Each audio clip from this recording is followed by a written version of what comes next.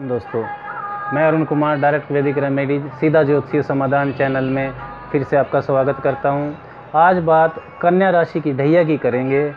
ढैया दोस्तों तब होती है जब चंद्र राशि से शनि चतुर्थ या अष्टम भाव में गोचर या विचरण करते हैं। तो कन्या राशि से चतुर्थ भाव में शनि गोचर कर रहे हैं 26 जनवरी 2017 से, जब इन्होंने धनु राशि में प्रवेश किया था, और 24 जनवरी 2020 तक ये ढैया आपको चलेगी, जब शनि मकर राशि में प्रवेश कर जाएंगे। तो चंद्रमा से केंद्र स्थान में चौथे भाव में शनि होने से कंटक ढैया ये कहलाती है, केंद्र स्थान की ढैया। तो दोस्तों यहाँ से बैठकर ये आपके रोग भाव यानी कि शत्रु भाव, छठे भाव और कर्म भाव, 10th हाउस और लगन को प्रभावित करेंगे। ये आपको व्यावसायिक उलझने दे के चलेंगे। मेहनत आपको थोड़ी ज़्यादा करनी पड़ेगी, उसका फल आपको कम मिलेगा, और शत्रु आपके पनपेंगे।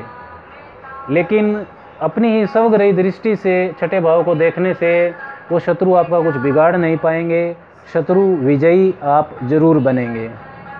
शादीशुदा जीवन में दोस्तों शनि तनाव जरूर देते हैं, खास करके इस वक्त जो शादी करने का प्लान कर रहे हैं तो आप रिश्ते का चुनाव भी संभाल कर करें। विद्यार्थीगण भी सब्जेक्ट इस वक्त देखकर चुने जो 10वीं पास कर रहे हैं। 10वीं पूर्ण दृष्टि आपके जन्म के चंद्रमा पर होने से मानसिक बेचैनी और मानसिक अशांति ये आपको जरूर देंगे। क्या करना चाहिए दोस्तों? नियमित आप भगवान शिव के पास जाएं, उन्हें जल, 1 चम्मच काला तिल और 1 चम्मच शक्कर मिलाकर उससे भगवान शिव का अभिषेक करें। तिल के तेल का दीपक जलाएं और नीला फूल, ब्लू कलर का फ्लावर आप उन्हें अर्पण करें।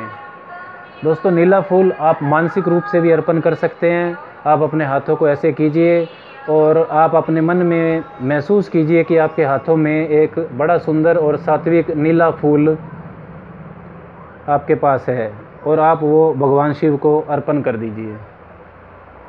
मानसिक रूप से किया हुआ फूल अर्पण ये आपको वास्तविक फूल से अर्पण से भी ज़्यादा अच्छा फल देगा। मानसिक पूजा का भी दोस्तों एक अलग सब्जेक्ट है, अलग विषय है, उसका अलग महत्व है, उसकी चर्चा फिर कभी करेंगे।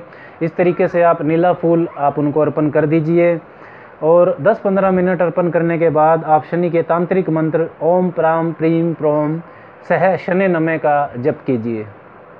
अद्भुत लाभ आपको मिलेगा। इसके अलावा हर मंगलवार की शाम को आप चमेली के तेल का दीपक जलाकर 3 बार हनुमान चालीसा का पाठ कीजिए। मंगल भी यहाँ बाधक होते हैं, तो मंगल और शनि आपके दोनों बैलेंस होंगे। नियमित रूप से सूर्यास्त के बाद दशरथ करत शनि स्तोत्र का पाठ करने से भी शनि शुभ फल देते हैं।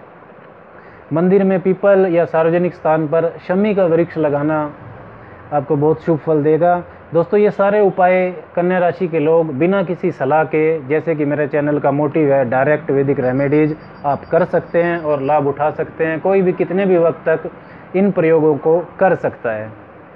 फिर किसी विषय के साथ दोबारा मिलूंगा। आज के लिए बस इतना ही। राम राम।